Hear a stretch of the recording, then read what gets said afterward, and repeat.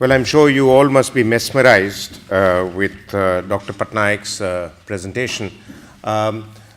While Professor Anatole Levin and Jonathan Paris take their seats, I'd like to take about 10 minutes of yours, and so that we still stay in time, to bring you from the philosophical to the reality and give you the wider context in which Asia is facing threats to homeland security. I'm sure most of you are familiar with most issues, but just to run them through once again, I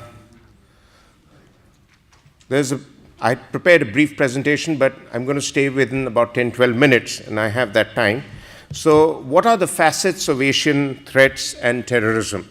The first is that many of those are indigenous in origin. They're driven by poor governance, corruption, ethnic inequalities, and various other differences, and a sense of persecution, in some cases even state-sponsored crime and menace. Secondly, Asia faces threats which are transnational in nature, where terrorism is being used by some as an instrument of policy for certain powers. And there are many examples as given out in the slides here. There are 3 or 4 points that we must keep in mind while looking at the problems that Asia faces. It will help you in terms of business and how to approach Asian countries. The first is that terrorism impacts the stability and unity of a country. India in particular has been facing that for decades now.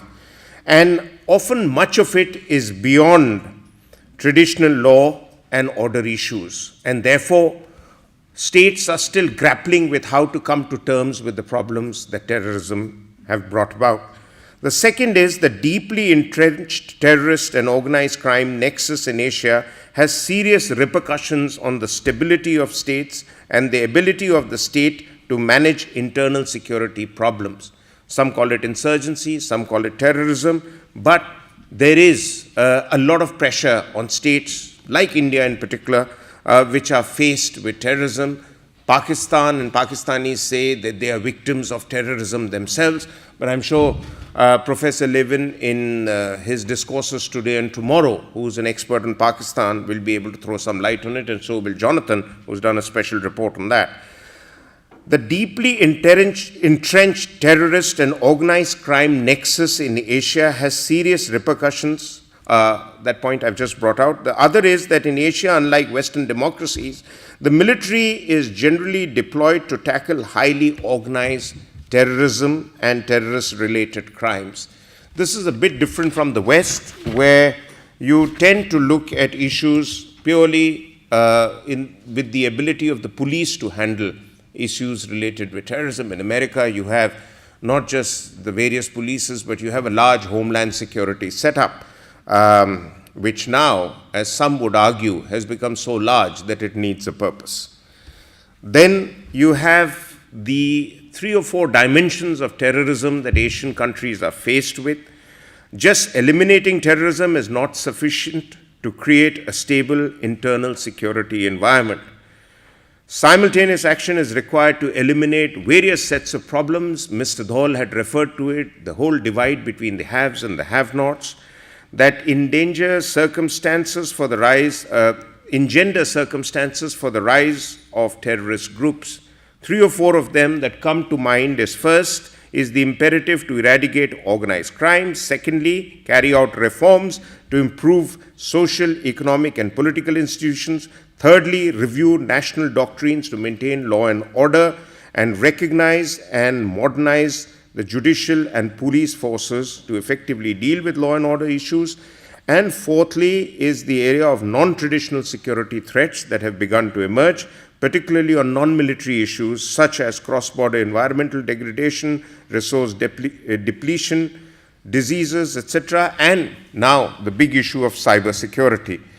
There is the steady broadening of factors that has to be taken into account while formulating state policy to deal with terrorism. And the growing threat to security in countries like China and India, the 2 Asian giants, requires special attention as stability and industrial progress of Asia largely depends on the stability of these two and some other countries. Last year, we had looked at Asia in the context of regions, so I'm just going to quickly run you past the regions just to familiarize with how the various different sets of regions have different problems. Northeast Asia, as the map brings out, prominent countries there, Japan, Korea, Taiwan, North Korea, which is part of a different dialogue and debate in international affairs. And these countries have different sets of problems which could range from organized crimes by transnational groups to inter-regional relations, etc. Then we have Southeast Asia. Now, Southeast Asia, a very prosperous region, but again, most of these countries are ripe for and experiencing insurgencies of various kinds because constituted governments are threatened, guerrilla warfare, unconventional conflicts, and terror tactics are being employed to control ethnic groups, and the region is inundated by poorly controlled land and maritime borders, which leads to piracy, and therefore there are issues there which again would interest many of you who look at the subject both from business and academics point of view. We then have the focus area of this year's conference, South Asia, the Indian subcontinent as it were, and countries like India and Pakistan in particular have been battling various threats over the last several decades. Pakistan, as some would argue, is a victim to a great extent of some of the problems that the state and the military institutions have allowed to fester. India, on the other side, is a victim quite often of cross-border attacks.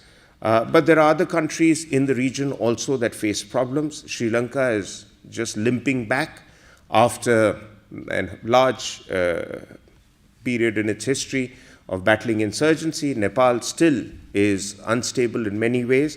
So there is the problem, separate sets of problems, some of it interlinked. Maoist insurgency in India, which is also going to offer considerable business opportunities to many of you. Some say the Red Corridor runs from Pashupati to Tirupati. Now, many of you probably not familiar where these are. Pashupati is a town in Nepal, and Tirupati is in South India, and the corridor runs right from north to south.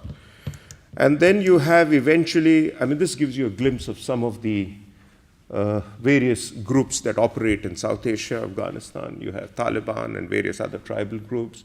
You have Pakistan, again, tribal warfare and other terror and organized and disorganized crime groups, and Maoist problems in India in particular now. And then you have Central Asia. Central Asia is relatively much, much better off as compared to most of the other regions in Asia. Though management of internal stability and security of Central Asian states is undermined by external pressures which bring about significant geostrategic issues there. And it is the hub that connects the strategic interests of three major global powers, US, China, Russia, and there are pan-Islamic groups that operate in Central Asia. Therefore, by creating a common regional security architecture would require addressing a number of issues, whether addressing the issues of internal threats, whether it is some threats that are country-specific, and thirdly, the nature and intensity of external threats are unequal, so they need to be addressed differently by different countries. And then finally, here again gives you an idea of some of the groups that are operating in that part of the world. And then finally, West Asia. West Asia, Middle East, well known to many of us. We have large contingents here from those countries. And here again, terrorist groups in the Middle East have diverse origin, ideologies, and organizational structures, and can be roughly classified as traditional and new generation groups. The former include traditional ones such as elements of the Palestinian groups, and the newer ones could be Hamas and others that are operating. Al-Qaeda seems to have found popularity with some of them, but not entirely across the board. There are many indigenous groups. So with that, I come to the end of, this gives you an idea of the Syrian problem, the Palestinian problem, and the various groups that are operating quite unstable, these parts. So with that, I come to the end of my brief overview. I've done it in about 8 minutes, so we're okay. I'd like to introduce the two distinguished speakers. Now, the real business of the conference begins. We've given you the broad picture, the overview. We have moderating the session Professor Anatol Levin, very well known to many of you in the UK, distinguished journalist, author of the book Pakistan, a Hard Country, now Professor of War Studies at King's College London, and a commentator on international security who is well known, well beyond the borders of Great Britain. And we have Jonathan Paris. Jonathan has devoted the last 10 years to carrying out many serious country-specific reports. He also did a study on Pakistan 30 years to 2030. He's done study reports in various parts of the world. He's now concentrating on Africa, I'm told. Jonathan has earlier been associated with various academic institutions, but now is a senior advisor with the Chertoff Group. And Jonathan is going to speak to us today about securing cities in the coming cyber tsunami. It's an important subject, so may I invite Jonathan, and may I request Professor Anatol Levin to now take charge.